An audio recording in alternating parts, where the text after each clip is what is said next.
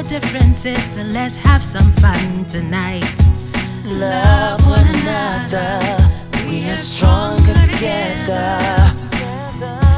Be your brother's keeper.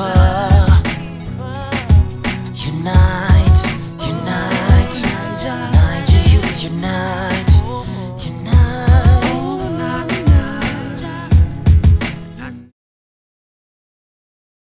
If you look at Plateau State, particularly Jos Town, used to be a city for everybody.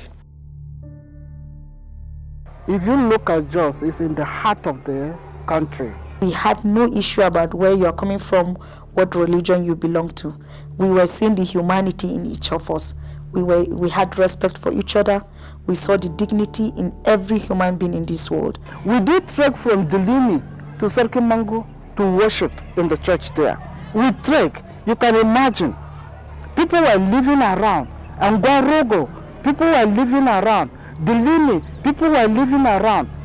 Christians and Muslims, no segregation. Jos was just a city, a happy city that embraces all cultures. We had people who were very embracing. Jos is a melting point of almost all ethnicities, all cultures that we have in this country. So it was an embracing city that everybody could come here and see it as a second home. So Plateau State has the interest of everybody. And people have been living together in peace for decades.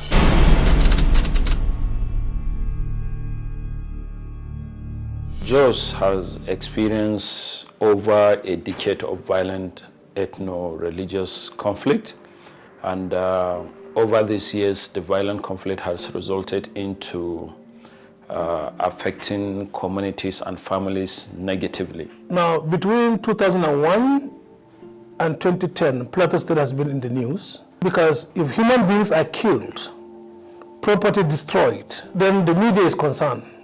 And once the media is concerned, the world must hear about it. Just became synonymous with violence. I mean, it affected even our relationship with people outside the state. Many people didn't want to come to Jos to do business or even to socialize or to even pass through. It also affected the settlement pattern of the people in the city. Now you have some communities that are now predominantly Muslim, and you have the ones that are predominantly Christian.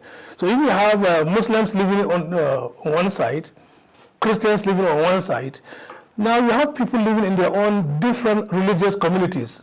So the social interaction, the relationship that used to exist among the people is no longer there. But I'm very happy that we are picking up the pieces again.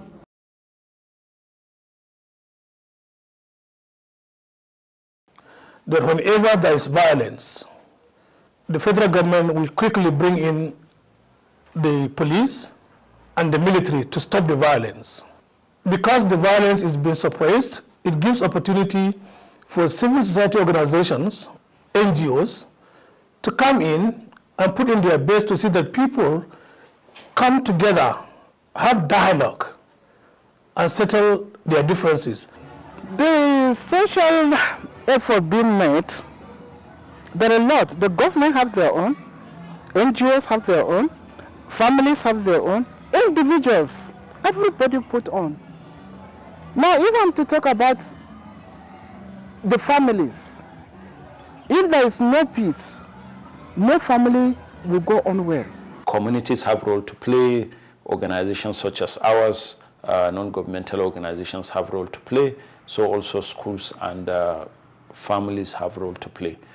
But for the human security, if people live in hunger, if young people are not employed, if people cannot have access to quality education, access to agricultural inputs, access to good health, I tell you, we will continue to suffer violence, not only in Plateau State, but the whole of Nigeria. If we can relate to ourselves, it's what we teach them, it's what they see us doing. If I accept a Muslim to be a sister, a brother, my child definitely will accept that. My Naija Youth Unite, no time to fight.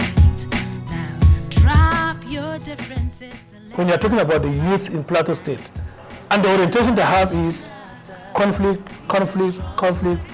See children playing, boys or girls, they use the image of a gun. We are having many young people growing with this danger of a single story, growing with this culture of violence. My Naija Youth Unite. No time to fight. Now drop your differences and let's have some fun tonight. Love one another, we are stronger together.